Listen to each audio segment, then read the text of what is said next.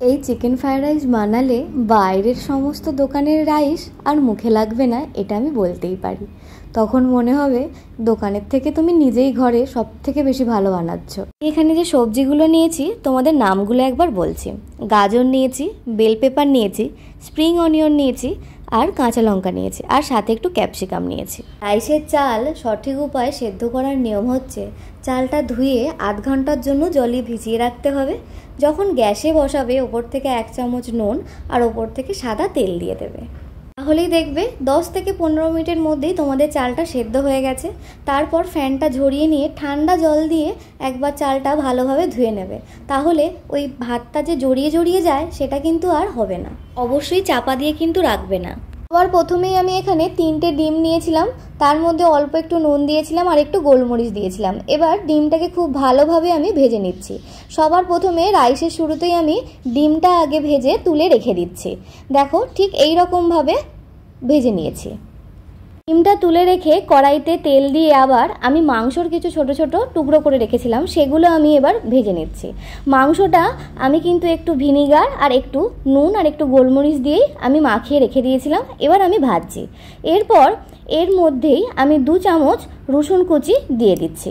এবার রসুনটা হালকাভাবে একটু ভাজা হয়ে গেলেই তারপর কেটে রাখা 2টো পেঁয়াজ কুচি আমি এর মধ্যে মেশাচ্ছি। তারপর স্প্রিং অনিয়নের একটু পাতা আমি এর সাথেই দিয়ে দিচ্ছি। এবার সব কিছু খুব ভালোভাবে আমি মিশিয়ে নেব। নমস্কার, আমার মিষ্টি ওভেনে তোমাদের সবাইকে স্বাগত। আমার ভিডিওগুলো তোমাদের কেমন লাগছে তোমরা কিন্তু কমেন্ট করে অবশ্যই জানিও, আর ভালো লাগলে সাবস্ক্রাইব করতে কিন্তু একদম ভুলো না। আমি এবার কেটে রাখা প্রত্যেকটা সবজি এর সাথেই মিশিয়ে দিচ্ছি। প্রথমে দিলাম বেল পেপারগুলো, তারপর কেটে রাখা গাজরগুলো, ক্যাপসিকাম আর স্প্রিং অনিয়নের যে সাদা অংশটা সেটাও আমি এর সাথে দিলাম। কলকাতায় যেরকম একটু হাঁটলেই বিরিয়ানির গন্ধ নাকে আসে, আর মহারাষ্ট্রে শুধু চাইনিজের গন্ধ নাকে আসে। এবার আমি এখানে কিছু সস মিশিয়ে নিচ্ছি। প্রথমে দিচ্ছি সয়া সস, তারপরে দিচ্ছি রেড চিলি সস, তারপরে দিচ্ছি গ্রিন চিলি সস, তারপরে দিচ্ছি টমেটো সস। প্রত্যেকটা সস আমি খুব ভালোভাবে সবজিগুলোর সাথে মিশিয়ে নিচ্ছি।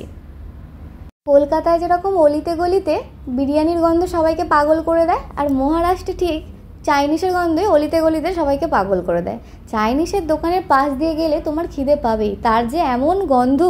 আজকে আমার বাড়িতেই সেই একদম গন্ধে মোমো করছে, সেটা আমি বুঝতেই পারছি। এই রাইস যে ঘরে একবার বানাবে তার আর মনে হবে না যে বাইরের দোকানে খাই, মনে হবে বাড়িতেই আমি সব থেকে বেশি ভালো বানিয়েছি। ভালো লাগলে কিন্তু সাবস্ক্রাইব করতে একদম ভুলো না। এরপর কেটে রাখা কিছু কাঁচা লঙ্কা কুচি আমি এর সাথে খুব ভালোভাবে আমি ভেজে নেব। আজকে তো তোমাদের সাথে আমি এই রাইসের রেসিপিটা শেয়ার করলাম, এর পরের দিনকে শেয়ার করব চিলি চিকেনের ভিডিও। আর কমেন্ট করে অবশ্যই জানিও দুটো ভিডিও দেখেই কেমন লাগছে তোমাদের আমার ভিডিওগুলো। দেখো আমার এই সবজিগুলো বেশ ভালোভাবে ভাজা হয়ে গেছে, বেশ ভালো সুন্দর একটা তেল ছাড়তে শুরু করে দিয়েছে। সসগুলো খুব ভালোভাবে ভাজা হয়ে গেছে, সবজিগুলোর সাথে মিশে গেছে বোঝা যাচ্ছে। ঠিক এবার ভাতটা আমি 3 ভাগে মিশিয়ে নিচ্ছি। প্রথমে আমি অল্প ভাতটা দিয়ে সবজিগুলোর সাথে খুব ভালোভাবে মেশাচ্ছি। একেবারে দিলে ভাতের চালগুলো ভেঙে যেতে পারে, সেই কারণেই অল্প অল্প আমি 3 ভাগে দেব, যাতে খুব ভালোভাবে সবজিগুলোর সাথে চালটা মিশে যায়। 3 ভাগে মেশানোর একটাই কারণ, যাতে খুব ভালোভাবে আমি রাইসের চালটা সব সবজিগুলোর সাথে মেশাতে পারি।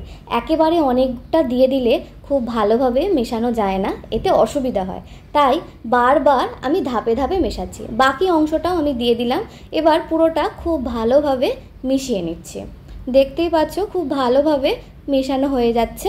উপর থেকে গোলমরিচের গুঁড়োটা দিয়ে দিচ্ছি। তারপর স্প্রিং অনিয়নটা একটু দিয়ে দিলাম। তারপর ভেজে রাখা যে ডিমটা আগে প্রথমেই ভেজে রেখেছিলাম, সেই ভাজা ডিমটা রাইসের সাথে খুব ভালোভাবে মিশিয়ে নিচ্ছি। আমার আজকের এই ভিডিওটা দেখে বাড়িতে তোমরা কে কে বানাবে অবশ্যই জানিও, আর ভালো লাগলে সাবস্ক্রাইব করতে একদম ভুলো না, আর কমেন্ট করে জানিও আমার প্রতিটা ভিডিও তোমাদের কেমন লাগছে।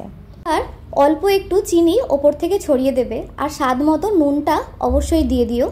আমিও এখানে ভালোভাবে চিনি আর নুনটা খুব ভালোভাবে একদম শেষে মেশালাম। চিনিটা দেওয়ার একটাই কারণ, যাতে সব কটা স্বাদ একদম ঠিকঠাক পরিমাণে থাকে। চিনিটা না দিলে সবটা যেন অসম্পূর্ণ থেকে যাবে। অসংখ্য ধন্যবাদ আমার ভিডিওটা এতক্ষণ ধৈর্য ধরে দেখার জন্য। ভালো লাগলে কমেন্ট করে অবশ্যই জানিও, আর সাবস্ক্রাইব করতে কিন্তু একদম ভুলো না। নমস্কার।